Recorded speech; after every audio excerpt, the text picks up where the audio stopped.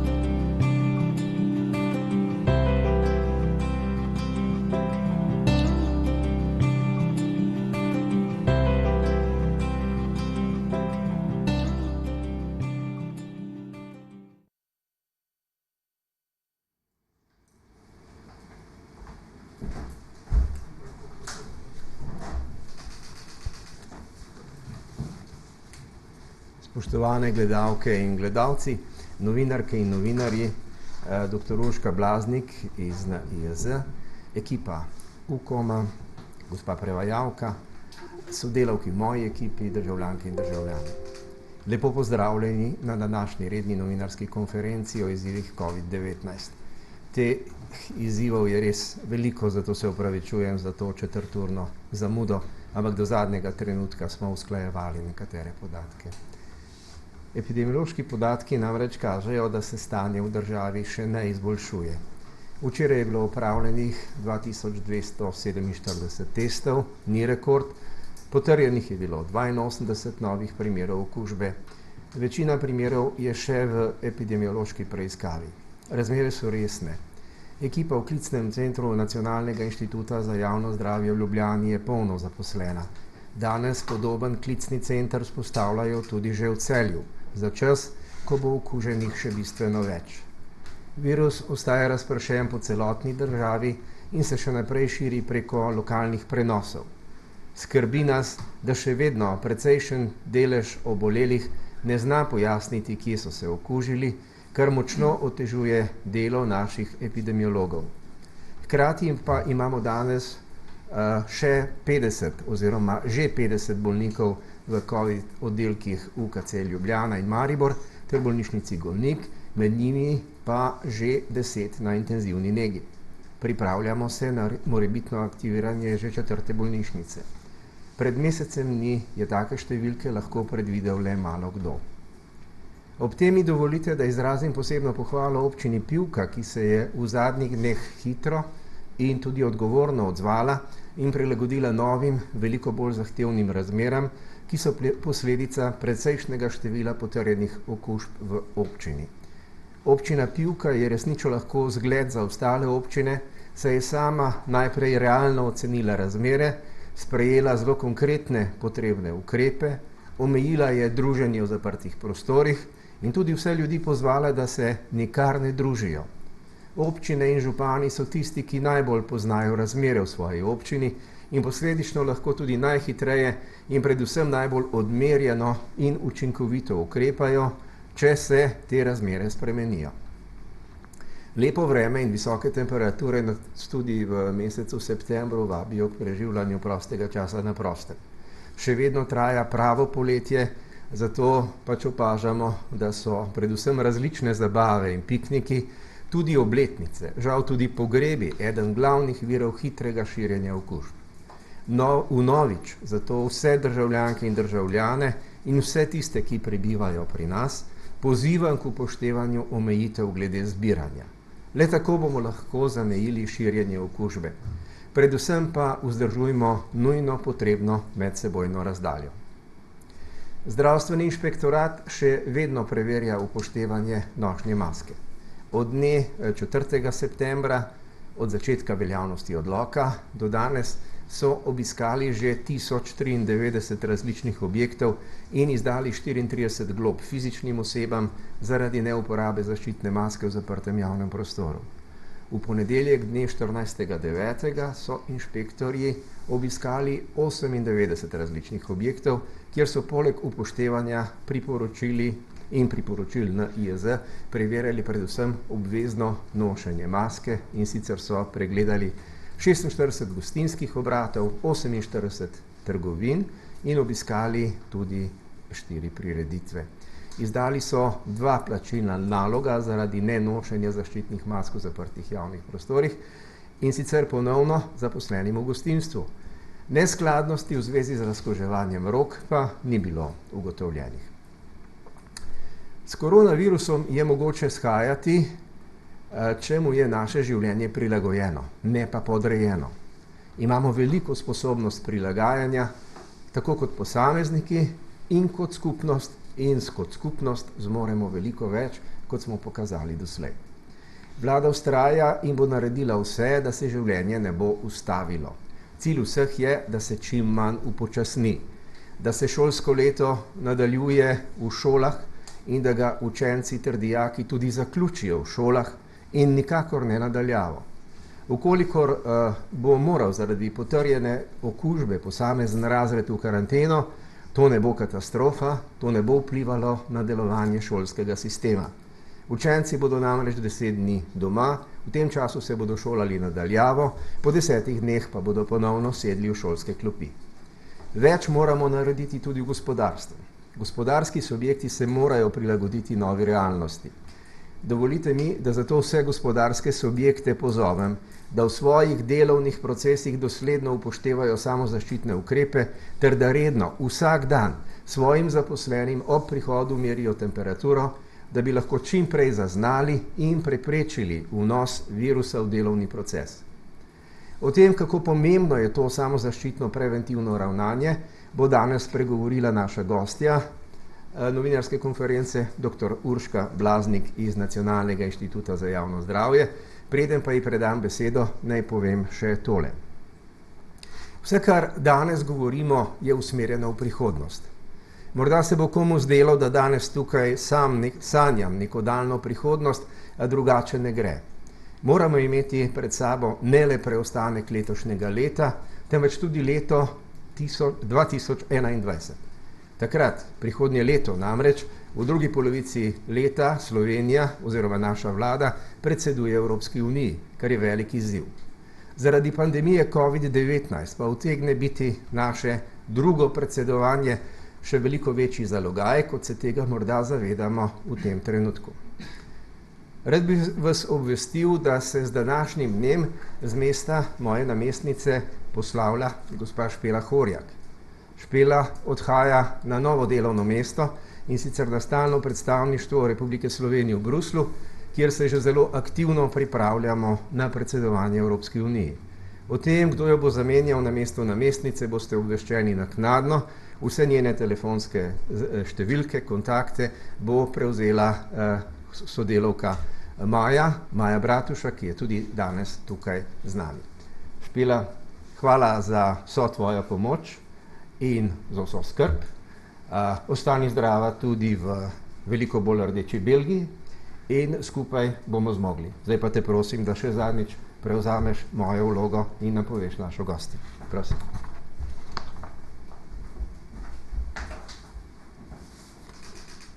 Lepo pozdravljeni tudi z moje strani. Uradni govorec KC, najlepša hvala za popotnico in vso delo in izkušnje, ki sem jih lahko v tem času pridobila. Epidemiološki podatki zelo jasno kažejo, da je virus med nami in da smo v bistvu mi tisti, ki ga v lokalnem okolju širimo. Predvsem v delovnih organizacijah. Če pogledamo podatke preteklega tedna, vidimo, da v bistvu imamo kar 3 takšna žarišča.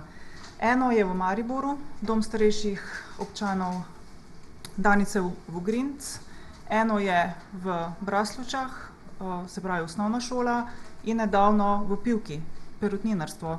Danes, na primer, podatki kažejo, da ponovno beležimo okužbe zaposlenih v UKC Maribor in Ljubljani. Naša današnja gostja, gospa dr. Urška Blaznik, prihaja iz NIJZ in je znan obraz, ko gre za priporočila javnega zdravja v delovnih organizacijah. Danes nam bo ta priporočila predstavila in predvsem, kakšni naj bojo ukrepi oziroma kako naj se delovne organizacije organizirajo, da se virus čim bolj zajezi. Preden jim predam besedo, pa mogoče še tole. Nismo samo mi tisti, ki virus širimo, smo tudi mi tisti, ki ga lahko zaustavimo z upoštevanjem in vzdrževanjem in prilagajanjem virusa. Se pravi, nosimo masko, držimo se fizične distance, razkužujmo si roke, izogibajmo se večjim zabavam oziroma organizirajmo zabave v tem lepem vremenu, v pač manjšem obsegu. Naložimo si aplikacijo Ostani zdrav in skupaj bomo zmogli. Dr. Blaznik, prosim.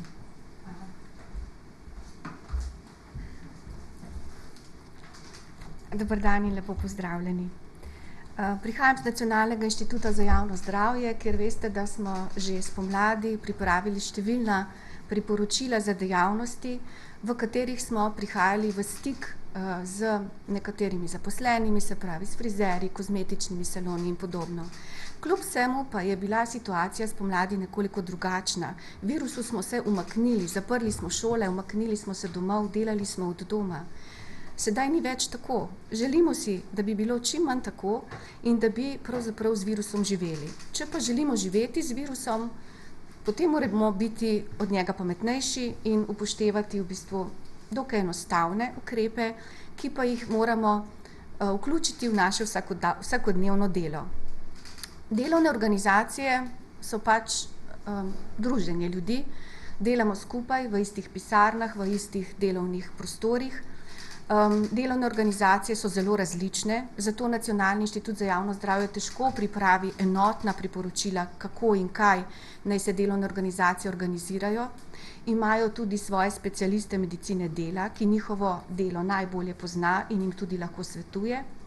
Ampak ključno pa je, da se delovne organizacije prilagodijo, kar pomeni, da svoje delo skupaj s svojimi zaposlenimi organizirajo tako, da bo druženja čim manj, da bojo lahko ves čas zagotavljali zadostno medosebno razdaljo, da bodo na nek prijazen način ves čas spodbujeni k temu, da si umivajo roke, da si razkužujejo roke, da se delo organizira tako, da so pač nekateri sestanki organizirani tudi na prostem, nekateri preko različnih sistemov na daljavo. Skratka, treba se bo prilagoditi. Zdaj kako? To najbolje ve vsaka delovna organizacija zase in vključiti mora prav vse zaposlene, kajti vsak od nas lahko prispeva k temu, da v bistvu virus nekako zajezimo. Vsaka delovna organizacija bo pač ubrala različne pristope, različne prilagoditve in s tem bomo lahko uspeli zmanjšati prenos virusa iz osebe na osebo. Na našem klicnem centru dobivamo različne vprašanja tudi zaposlenih, ki niso zadosti, nimajo pravzaprav vsakodnevnih opozoril, ne vedo, kdo v delovni organizaciji za to odgovoren. Zato se nam zdi zelo pomembno, da se to ve, da pravzaprav vsak, ki je zaposlen, ki točno ve, kdo je odgovoren za to, za vse te postopke in ukrepe, ki jih v zvezi z prenosom novega koronavirusa izvajajo. Številna vprašanja dobivamo tudi, ali so še vedno dovoljeni sestanki z več osebami, kakšno je to število.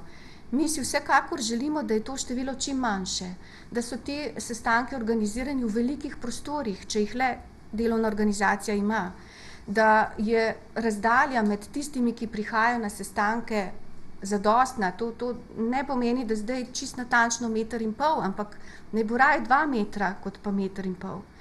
Naj pač tako, kot je obvezno, naj se nosijo maske, naj bo tudi sestanek čim krajši, kajti tudi čas je pomemben, koliko časa smo skupaj v nekem prostoru.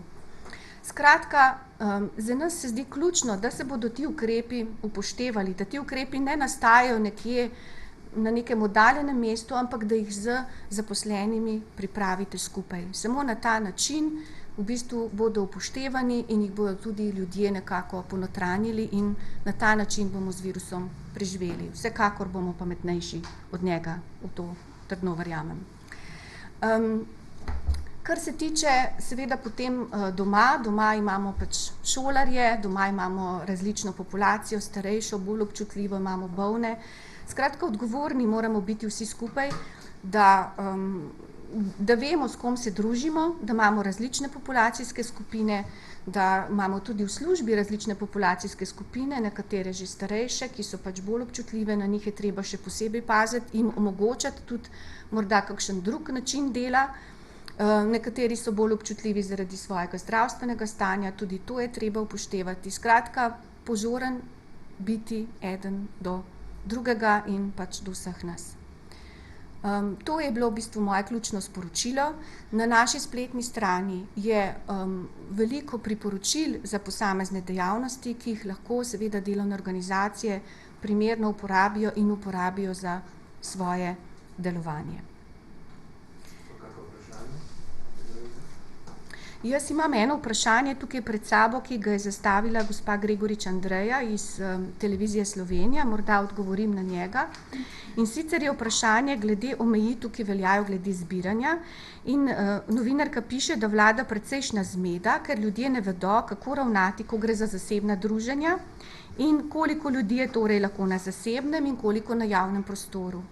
Odlok o omejevanju je seveda nastal na Ministrstvu za notranje zadeve, vendar mi pač delamo vloge za posamezne dogodke, za javne dogodke in točno vemo, da seveda da se združujemo do 10 ljudi, do 50 ljudi se združujemo samo, če imamo seznam z vsemi kontaktnimi podatki, sicer se ne združujemo razen, če ne gre za javni dogodek. Kaj zdaj to pomeni, da je javni dogodek? To pomeni, da je organiziran in to dobro organiziran, kjer so pač točno določena sedišča, kjer so točno definirani vstopi, izstopi, na kakšen način ljudje prihajajo, na kakšen način ljudje tudi zapustijo določen dogodek. Skratka, to, da iščemo zdaj, a če je 51 ljudi ali če jih je 49, a veste, to je pač odlok, ne? Ampak ključno je, da vsako druženje, še posebej zdaj, če bo v zaprtih prostorih, predstavlja veliko tveganje za prenos virusa. In to je ključno, da se tega zavedamo, bolj kot to, da štejemo, a jih je 49 ali 51. Potem je še vprašanje glede Trgatu, kjer dela tudi več kot 50 ljudi. To so v bistvu kot ene delovne organizacije, bi lahko rekla, ne.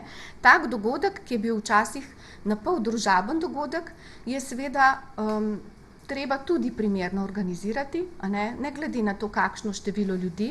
Se pravi, kljub temu je treba pač držati zadostno razdaljo, ko se dogodek konča, se seveda tudi ne usedemo vsi za isto mizo. Skratka, take dogodke je treba primerno organizirati z vsemi našimi priporočili, se pravi razdalje, stične površine, potem omejevanje druženja in tako naprej. Vemo pa, da pač ti dogodki bodo morali biti narejeni, trgatev bo morala biti izvršena. Če je treba pridobivati kakšna soglasja, so takšna zbiranja predmet inšpekcijskih nadzorov. Glede inšpekcijskih nadzorov se morate obrniti na v bistvu zdravstveni inšpektorat, gre pa v bistvu za zasebna zbiranja, ker na Trgatu pač povabite tiste, ki tam delajo. To so v bistvu zasebna zbiranja, kjer je omejitev največ 50. Dobar dan, Tjaša Dogolin, Pop TV. Navezala bi se na ta zbiranja. Ljudje se nekako počutijo varne, ko se dogodke, razne piknike, praznovanja in tako naprej organizira na prostem, zdaj je še lepo vreme. Pa je to tisto zagotovilo, da do okužbe ne pride? Sploh ne. Vsako zbiranje je v bistvu tvegan dogodek, ne glede na to, je to na prostem ali v zaprtem prostoru, ampak na prostem dihamo pač zrak malo drugačen kot pa v zaprtih prostorih, vsekakor pa tudi na zasebnih druženjih, tudi če je samo 10 ljudi, in če ti niso sicer v tesnem stiku, se pravi, ne gre za iste družinske člane oziroma ljudi, ki so v tesnem stiku, potem veljajo vsa naša priporočila, kar se tiče razdalje, razkuževanja rok in tudi pač omejevanja druženja. Še dve vprašanje imam za kolegico. Kaj je pravzaprav namen morebitnega ukrepa zapiranja lokalov ob 22? Če pojasnite lahko, kako dejansko to zmanjša možnost širjenja okužbe? Ja, ta ukrep bo v bistvu ukrep svetovalne skupine, ne naš ukrep, ampak kar se nas tiče, ne, za nas je to seveda, se veste, vsako druženje, ki postane vedno bolj sproščeno, a ne, v vsakem takem druženju se potem začnejo vsa ta zelo enostavna pravila kršiti, ne. Tudi lokali bojo pač v zaprtih prostorih, veste, kako je v zaprtih prostorih, to je slabše so prezračevanja in tako naprej, skratka pride ena okužena oseba in imamo okužene vse. In verjetno tudi z več kričanja, pa ne, z dejavnostjo, sploh, z nojem in tako. dejavnost, ples, glasno govorjenje, ja, vse to, smejanje, glasno in tako.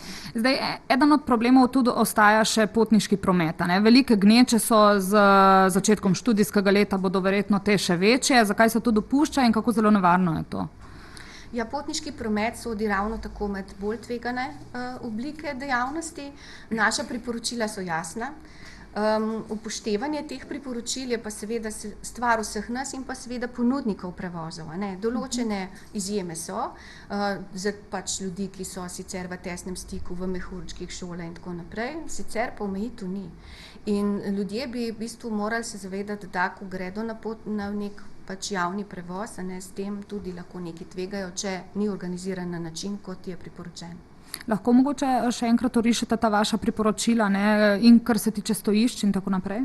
Ja, v naših priporočilih je jasno, kakšna je razdalja, da ni stojišč, a ne, da se potem tudi recimo javni prevoz organizira na nek način, da je vhod določen, izhod določen, da se tudi, kaj jaz vem, mesta zapolnijo glede na to, pač po vrsti, a ne, da ne hodiš mimo drugega človeka, a ne, to so v bistvu pač taka, so izgledala zelo striktna in zelo neživljenjska, ampak če pomislimo, virus na tak način resnično ne more krožiti, a ne.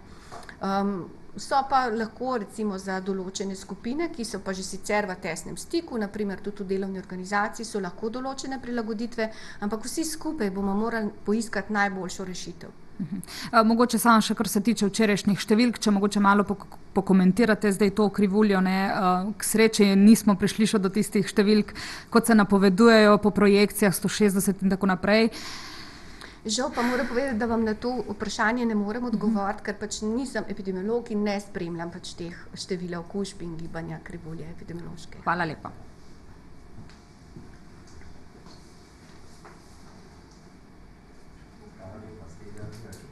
Hvala lepa.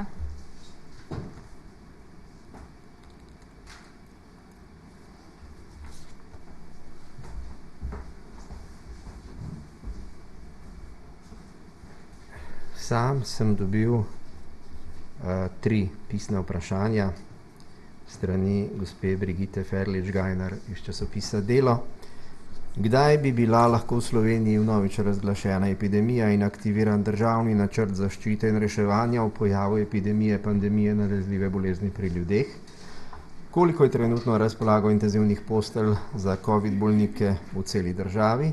In zakaj v času priprav na drugi val niste za COVID bolnike pripravili posebne bolnišnične ustanove? Ste razmišljali o tej možnosti?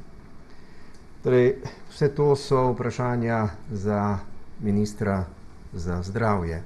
Torej, organizacija delovanja zdravstva posameznih javnih zavodov so stvar Ministrstva za zdravje. Ne želim presegati svojih pristojnosti, bom pa vseeno saj načeloma odgovoril. V tem trenutku poteka kar nekaj kriznih sestankov. Javnost je že seznanjena, da se v tem trenutku UKC Ljubljana intenzivno pripravlja na prilagoditev in sprejem povečanega števila bolnikov za COVID-19 na lokaciji UKC Ljubljana, da posebej prilagajajo infektološko kliniko, da selijo nekatere oddelke na druge lokacije po Ljubljani. Koliko je trenutno razpolago intenzivnih postelj za COVID bolnike? Veste, da nam število ležišč v tem trenutku zmanjkuje, zaradi teh razlogov se UKC kot prvi prilagaja. V tem trenutku so 3 COVID oddelki v Ljubljani, Mariboru in na Golniku. Po načrtu je pripravljeno aktiviranje naslednje bolnišnice, ampak predtem se bodo zgodile še te reorganizacije in razširitve. Zakaj se ni aktiviralo posebne bolnišnične ustanove samo za COVID? To je vendarle stvar prehajanja iz kolikor toliko normalnih razmer v razmere, v katerih je ta virus veliko bolj razširjen, zato je logična posledica tudi postopno aktiviranje in širjenje te dejavnosti v prihodnje.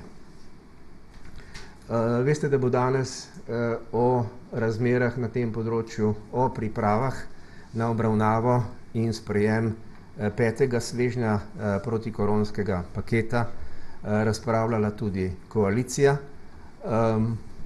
Jutri bo posledično po tej načelni seznanitvi, v katero smer lahko gremo pri zamejitvi virusa, razpravljala tudi krizna skupina vlade pozno zvečer, tako da bo do četrtka vse pripravljeno za morebitno obravnavo in odločitve na vladi. O tem, kaj in kako vas bomo sproti vsak dan seznanjali. Zdaj pa lahko odgovorim še na kako drugo vprašanje. Mene samo zanima, katera je 4. bolnišnica? Nisem pooblaščen, da razkrijem to lokacijo. Odvisno pač veste, kje se bo koncentriralo večje število bolnikov. Savinjski del ima v tem trenutku kar nekaj okuženih, nima pa prav veliko bolnikov. Videli bomo, v katero smer se bo virus bolj razširil. Lahko mogoče, ne vem, če imate v tem trenutku številke, ampak koliko imamo pa trenutno ventilatorjev na voljo za zdravljenje bolnikov s COVID-om? Ventilatorjev je na voljo dovolj. Veste, da je v tem trenutku samo 10 bolnikov na intenzivni negi, ampak pripraviti se moramo na bistveno večje število. Te aproksimacije so bile narejene, tudi časovnica je bila narejena, kdaj bi se to lahko zgodilo. Pri sedanjem naraščanju števila bolnikov pa se nam to lahko zgodi prej. Zato moramo biti pripravljeni na bistveno večje število bolnikov in bistveno večje število bolnikov na intenzivni negi že v drugi polovici tega meseca, kar bo tako rekoč zdaj. Drug teden moramo biti pripravljeni na sprejem bistveno večjega števila, ker tako število okužb v teh dneh nam pravzaprav sporoča, da smo zajeli samo en del virusa, da smo bolnike oziroma pozitivne na nek način identificirali, jih tudi izločili, jih dali v epidemiološko karanteno, ampak na lokalni ravni se stvari širijo in nekako v roku 5-6 dni se bo to število povečalo. Od tudi te aproksimacije, ki jih je izrekel direktor Nacionalnega inštituta za javno zdravje, dr. Milan Krek. Iz teh razlogov je bil tudi že prejšnji teden aktiviran ta klicni center v Ljubljani. Pripravljamo se, da jutri začne z delom center v Celju. Skratka, za oba ta primera se pripravljamo, ampak to so ukrepi, ki jih pripravlja NIJZ. O tem, kaj se bo zgodilo na področju zdravja, je v tem trenutku težko govoriti. Jaz bom izkoristil to vaše vprašanje, pa bom načel na drugo temo, ki zelo boli mnoge naše državljane. Namreč sila težko je priti do svojega zdravnika, da te napoti na odvzem brisa, na test. Torej, to je stvar, ki je nedopustna. Tukaj so potrebni organizacijski prijemi, tukaj so potrebne spremembe od danes na jutri. Danes sem govoril z županom občine Pivka in ga prosil, da opravi razgovor z direktorico zdravstvenega doma. Vsi tisti zdravstveni domovi in bolnišnice, ki še vedno niso dobili plačila za vse teste, ki so jih opravili na pomlad, želim ponovno ponoviti zagotovilo, da bodo vsa plačila izvršena do 21. septembra. Torej, vlada je na prejšnji seji sprejela sklep, da namenja 5 milijonov evrov za poplačilo vseh teh dejavnosti, ki so se že zgodile, to je zamuda s plačilom, in posebej je bil dodan sklep, da morajo biti nakazila izvršena do 21. tega meseca. Tako da naj jih ne skrbi in naj prosim organizirajo v zdravstvenih domovih delo na tak način, da bo eden od zdravnikov vedno lahko napotil pacienta oziroma državljana z morebitnim sumom na COVID, na takojšnje testiranje in zagotovil čim prejšnje testiranje. Hvala.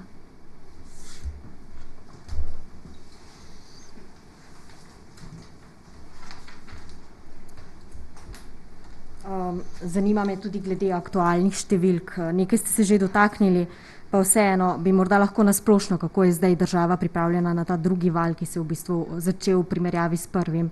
Vas te številke presenečajo? Je to sploh število hospitaliziranih presenečenje? Se je to zgodilo prej, kot ste pričakovali? In pa morda tudi to, kar je gospa novinarka že vprašala po elektronski pošti, ali država razmišlja o uvedbi epidemije? Vlada Republike Slovenije je 31. maja letos razglasila konec epidemije. Takrat je naložila vsem funkcionarjem, članom vlade, ministrom, da naj dopolnijo načrte ukrepanja za primer epidemije. Od takrat je minilo več kot 100 dni, 3 meseci so mimo. Za nekatere resorje ste videli, da so se zelo intenzivno lotili tega. Veliko pred začetkom šolskega leta smo vsi vedeli, da je izdana brošura, da je tam načrt A, B, C, kaj je v enem, kaj je v drugem. Skratka, šolstvo se je zelo dobro pripravilo na to. Nacionalni inštitut za javno zdravje je sprejel dopolnila k svoji organizaciji, prerasporedil je ljudi, angažiral je dodatne študente, odprl je prvi klicni center, zdaj bo odprl drugi klicni center. Ko gre za največje zdravstvene ustanove, prav te dni spremljate tudi javna pojasnila, da se nekaj dogaja v UKC Ljubljana, sledili bodo drugi, ampak Ljubljana je prva, ki bo morala sprejeti še dodatne bolnike, zaradi tega se stvari dogajajo na tem področju. Nimam pa nekih pozitivnih vesti, da bi se kaj dosti dogajalo na nivoju zdravstvenih domov, zato bo vlada, če se zadeve ne bodo uredile v matičnem ministrstvu, ukrepala in sklicala direktorje zdravstvenih domov v najkrajšem možnem času, zato da bi se zagotovila dostopnost do svojih zdravnikov in da bodo ti lahko v realnem času reagirali na spremenjene epidemiološke razmere. Kako je pa z razglasitvijo epidemije? Imate morda tukaj kakšne podatke? Se nam to obeta ali ta zadeva še ni na mizi? Torej, mislim, da je javnost dobro seznanjena s tem, kakšne so razmere okrog nas. Slovenija je še vedno zelo zelen otok v primerjavi z razmerami v drugih državah okrog nas in vsi nas vidijo kot rešitev, ne kot problem. Ali bo Slovenija odločila in sama razglasila epidemijo, s čimer bo pravzaprav povedala, da so razmere take, da jih je težko obvladovati in da potrebuje neka dodatna orodja, je pač to vprašanje prihodnosti. Ali je to bližnja prihodnost ali ne, v tem trenutku ne bi želel špekulirati. Jaz vseeno pričakujem, da bomo s temi ukrepi, ki smo jim zdaj priča, predvsem pa z ozaveščanjem ljudi, nekako zmogli kar še nekaj časa. Če bo vreme lepo, če ne bo nižjih temperatur, če bo viroznih obolenj manj, potem bo tudi verjetno manj takih obolenj, zlasti med starejšimi, med ranljivimi skupinami. Ampak ravno zato, da bi govorili o tem, o ranljivih skupinah, o posledicah vsega tega, bomo jutri predvidoma imeli 2 gosta. Eno je gospa državna sekretarka na Ministrstvu za delo, družino, socialo in enake možnosti, Mateja Ribič, ki je tudi sama bila direktorica Doma starejših občanov. Drug, še bolj zanimanja vreden gost pa bo dr. Adolf Lukanovič, prejšnji predstojnik ginekološke klinike, ki je po moji oceni najbolj znan bolnik, ki je preživel zelo težko obliko covida in bo jutri tudi na voljo za vaša vprašanja. Eno so prispevki, ki so vnaprej pripravljeni in objavljeni na elektronskih medijih, drugo pa je pogovor v živo z človekom, ki je to preživel. Veliko se govori o spoštovanju teh ukrepov, ki so bili že sprejeti, nekaj pa se omenja tudi morebitno zaostrovanje oziroma sprejemanje dodatnih ukrepov. Gospa Bejović je včeraj napovedala morebitno omejitev odpiranja oziroma odpiralnih časov lokalov, pa tudi obveznost nošenja mask zunaj. Kakšna je verjetnost, da se to sprejme hitro? Je to mogoče pričakovati ta teden oziroma kakšna je tukaj situacija? Torej, kot že rečeno, danes popoldan na Brdu pri Kranju zaseda koalicija. Se pravi, poslanke in poslanci državnega zbora, ki bodo morali sprejeti nekatere zakonske ukrepe, bodo danes seznanjeni z možnostmi, ki jih imamo pred seboj. Pričakujemo tudi, da bodo vse poslanke in vsi poslanci del rešitve, da bodo z lastnim zgledom pokazali, kako se moramo obnašati in ravnati v času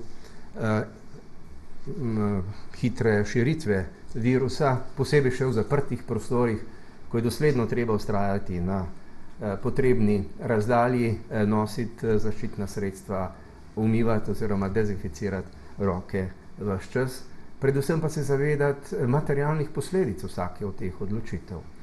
Lahko vam povem svoje osebno mnenje, mislim, da je povsem nesporno, da bo vlada podprla ostrejši nadzor, se pravi delo inšpekcijskih služb, o tem zagotovo ni nobenega dvoma. Verjetno se bo relativno lahko odločiti za morebitno skrajšanje obratovalnega časa lokalov, kajti logika stvari pač govori, da se malo kasneje v noč morda spije več in potem je druženje na nekoliko manjšo razdaljo. Vse to so tveganja, ki se jih lahko na nek način izognemo, da gremo na večerjo prej ali kaj podobnega. Vse to so zelo, zelo racionalni ukrepi. Ali se bo vztrajalo na tem, da bi morda morali lastniki lokalov voditi evidenco, tako kot na dogodku, kjer se zbira 50 ljudi, je vprašanje današnje razprave, ampak mislim, da se je javnost že navadila, da kadarkoli se pripravljajo ukrepi, začnemo neko javno razpravo, ki traja nekaj časa, da se ljudje lahko z njo seznanijo, da se lahko o njej tudi pogovorijo z svojimi najbližjimi, z sodelavci, da se lahko v podjetjih, v restauracijah na to pripravijo. O vseh teh možnostih zdaj teče beseda. Ali je smiselno po 18. uri nositi masko tudi izven zaprtih prostorov? To je seveda spet stvar razprave. O tem bo tekla beseda jutri v krizni sestavi vlade in o tem, kaj bo vladi predlagano v odločanje in uveljavitev, vas bomo seznanili po tej razpravi. Ampak rekel bi to, kar sem že uvodoma povedal. Ne more nam zdaj virus vse diktirati in temu vse ne moremo podrejati. Moramo se pa prilagoditi novonastalim razmeram, tako kot se moramo prilagoditi višjim temperaturam, taljenju ledu in ostalim zadevam, se moramo prilagoditi tudi virusu, dokler nimamo na eni strani cepiva, na drugi strani pa zdravila. Ne želim biti črnogled, ampak danes sem pač rekel, moramo razmišljati v nekem časovnem okviru do konca prihodnjega leta. Nobenega jamstva ni, da bomo imeli učinkovita orodja na voljo. Predtem, če se bomo temu prilagodili, bo to manj stresno za vse nas in najti moramo mehanizme, predvsem pa medsebojno razumevanje, da to, kar vam pripovedujem, ni zastraševanje, ampak je enostavno delitev odgovornosti med nami. Če bomo to razumeli, mislim, da bo odzivnosti na strani državljank in državljanov bistveno več in potem bomo tudi lažje razumeli nekatere organizacijske potrebe. Tisto, kar pa je problem, pa je, da nekateri segmenti delujejo v realnem času, nekateri pa zamujajo. In zaradi tega moramo ukrepati v realnem času, potrebujemo reorganizacije, tudi hitre odločitve, potrebujemo krizni menedžment in če bomo pri tem uspešni, potem bodo tudi državljani to razumeli, zaupali in nam tudi sledili. Gospod Kacin, že v začetku v nagovoru ste pohvalili ravnanje občine Pivke v minulih dneh, kjer imajo v bistvu zdaj neko žarišče in so na lokalni ravni sprejeli nekatere dodatne omejitve. Pa me zanima, kakšna je tukaj zdaj razmerje, kdaj oziroma do katere meje lahko občina sprejema sama ukrepe na svoji lokalni ravni zase in kdaj bo to počela država za neko občino oziroma za neko lokalno skupnost? Vsi ukrepi, ki jih sprejemajo na lokalni ravni, so usklajevani. So usklajevani tako z regijskim štabom civilne zaščite, ne še z republiškim, ampak z regijskim. Oziroma ne z državnim, ampak z regijskim. Usklajevani so tudi z Nacionalnim inštitutom za javno zdravje. Kot zdaj slišite, je moj poziv oziroma prošnja županu, naj govori z direktorico zdravstvenega doma, namenjen tudi usklajevanju z drugimi resorji na lokalni ravni. Na lokalni ravni je mogoče marsikaj doseči brez veliko administriranja. Srečna okoliščina je, da je župan občine Pivka, gospod Smrdelj, pravzaprav tudi na čelu združenja vseh slovenskih županov in verjamem, da bo to svojo pozitivno izkušnjo takoj delil tudi z svojimi kolegi.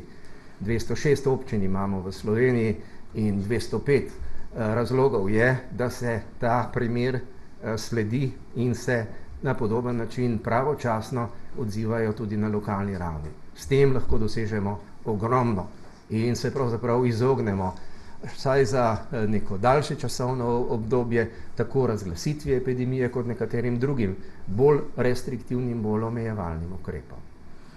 Pa za konec me še zanima Avstrija, položaj Avstrije na tem seznamu držav. Ostaja na zelenem, me zanima, zakaj se ne uvrsti kljub visokemu številu okužb na drugo mesto, v primerjavi sploh z ostalimi državami, ki imajo nekako podobne številke okuženih, pa niso na zelenem. Kakšno bo postopanje tukaj, pa morda še glede tega števila, ki ste ga že omenjali v preteklosti, vnosov iz Avstrije v Slovenijo. Me zanima, če morda lahko bolj razložite, kaj ta številka pomeni, na kakšen način se jo spremlja. Nacionalni inštitut za javno zdravje v teh svojih epidemioloških preiskavah ugotavlja, odkot je prišla okužba. Ali se je pojavila pri nas v državi ali pa prihaja iz tujine. Ko lociramo okužbo iz tujine, jo vnesemo v naš pregled, potem pa vse, ki so vezani na to okužbo, ponovno sledimo. To je klaster tujina. Če je to Avstrija, je en uvoz iz Avstrije, če pa so potem okuženi, ki so bili z nekom iz Avstrije, to ta klaster. Vse to spremljamo. Zadnja številka, ki sem jo videl za seštevek v zadnjih tednih iz Avstrije, je bila 12, po tistem sta bila še 2 vnosa. Mislim, da je danes 14. Danes ni nikogar iz Avstrije, mislim, da je včeraj bil eden včeraj. Tako. Torej, gre za minimalen vnos. Avstrija je pa naša soseda, z njo imamo celo vrsto meddržavnih obmejnih sporazumov, ki omogočajo zelo aktivno gibanje čez mejo in hkrati tudi delo. Imamo dnevne čezmejne migrante, imamo učence in dijake, ki hodijo na obe strani meje, imamo manjšino v Avstriji, imamo kulturno sodelovanje. Cela vrsta teh dejavnikov je, da potem naše sosede, vse 4, se pravi Avstrijo, Italijo, Hrvaško in Madžarsko, obravnavamo posebej. Ali in kdaj bomo morali ukrepati, je stvar celovite ocene. Mimogrede vam bom dal primer, kako delujejo nekatere druge države. Švedska je Slovenijo uvrstila na seznam, v katero odsvetuje potovanje. Odsvetovanje potovanja pomeni, da švedske zavarovalnice, zdravstvene zavarovalnice ne krijejo stroškov zdravljenja v Sloveniji. To je tako sporočilo švedskim državljanom, da zelo redko katerim pride na misel, da bi potovali v Slovenijo.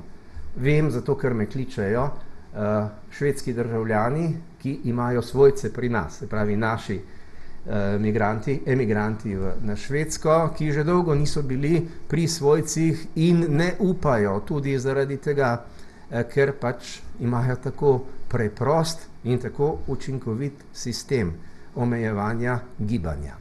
Torej, Republika Slovenija bo pri odločanju o tem, katero državo uvrstiti v katero kategorijo, upoštevala 3 kriterije. Prvo je število okužb na 100 tisoč prebivalcev v dvotedenskem intervalu, tako imenovana incidenca.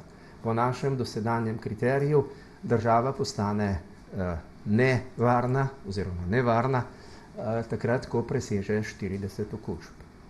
Drugo je vprašanje, koliko vnosov imamo iz te države. Tretje vprašanje je, koliko testov opravijo v tej državi, zato da bi lahko tem številkam popolnoma verjeli in v to zaupali. Tretji kriterij je, kako oni tretirajo nas. Če nas imajo na zelenem in ni vnosov, potem lahko tudi mi ravnamo na podoben način. Kot veste, bo prihodnji teden v ponedeljek v Berlinu zasedanje voditeljev Evropske unije, tam bo tudi naš predsednik vlade. Pogovarjali se bodo o kolikor toliko skupnem pristopu pri gibanju znotraj Evropske unije. Nastal naj bi nov semafor, to je zaenkrat ponudba, ki jo je dal nekdanji belgijski finančni, zunanji in vsemogoče minister Didier Reynders, skupaj z drugimi dvema komisarkama. O tem bo tekla razprava tam in od tega, ali bo tam dosežen dogovor in bo nekaj uveljavljeno, ali pa dogovora še ne bo, bo odvisna reakcija slovenske strani. V tem trenutku pač ocenjujemo, da ni nobenega takega drastičnega primera, ki bi ogrožal Republiko Slovenijo oziroma bil nevaren za dodatno širitev virusa po Sloveniji, ni. Vnosa praktično ni. Okužba se širi med nami na lokalni ravni. Tisto, kar nas pa skrbi, in s tem zaključim ta dolg odgovor na vaše vprašanje, skrbi nas to, da ljudje ne vedo, ne znajo ali pa nočejo pojasniti, kje so se okužili. Tisto, kar pa ugotavljamo, pa je druženja. Zasebna druženja so to. Niso javna združenja, niso javne prireditve, ampak so rojstni dnevi oziroma obletnice, so zelo veseli pikniki, žal so tudi zelo žalostni pogrebi med njimi, ampak vse to so priložnosti, ko ljudje pridejo na premajhno medsebojno razdaljo in okužba je tu. Še za to pojasnilo bi vas prosila pri tem vnosu števila primerov. Je morda tukaj kakšna meja, recimo tako, kot je pri tem številu incidence, a je kakšna meja, ki... Takoj, ko imamo 3 vnose z neke države, se pogovorimo, ali je potrebno ukrepati v tem trenutku ali ne. Za vsake nove 3 vnose v enem dnevu? Ali Aha, ja. Okay. Prav. Najlepša hvala za vaše pojasnila.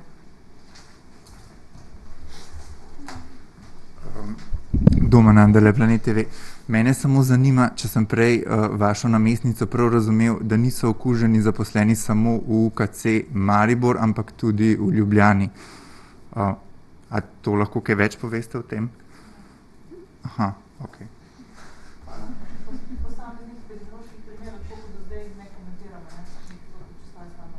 Imamo na različnih oddelkih, lahko rečem, na intenzivnem otroškem oddelku je bil en primer, pa še kje, samo za ilustracijo, da ne bi mislili, da govorimo na pamet. Vsak dan sproti imamo pogled v te epidemiološke razmere. Iz teh razlogov je bilo danes tudi še kako na mestu opozorilo, ki ga je izrekla naša gostja, naj poslovodni organi poskrbijo za dnevni nadzor, merjenje temperature in vse ostale ukrepe ob vstopu na delovno mesto. In seveda tudi ob odhodu.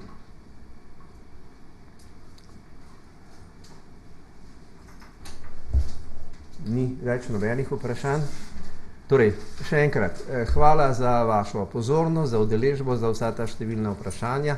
Lep pozdrav do jutri, ko boste z nami, kot sem že povedal, predvidoma gospa Mateja Ribič, državna sekretarka na Ministrstvu za delo, družino, socialne zadeve in enake možnosti, tudi sama do nedavnega direktorica Doma starejših občanov, in docent dr. Adolf Lukanovič, ki bo spregovoril o svojih osebnih izkušnjah, kako je preživel COVID na intenzivni negi v UKC Ljubljana.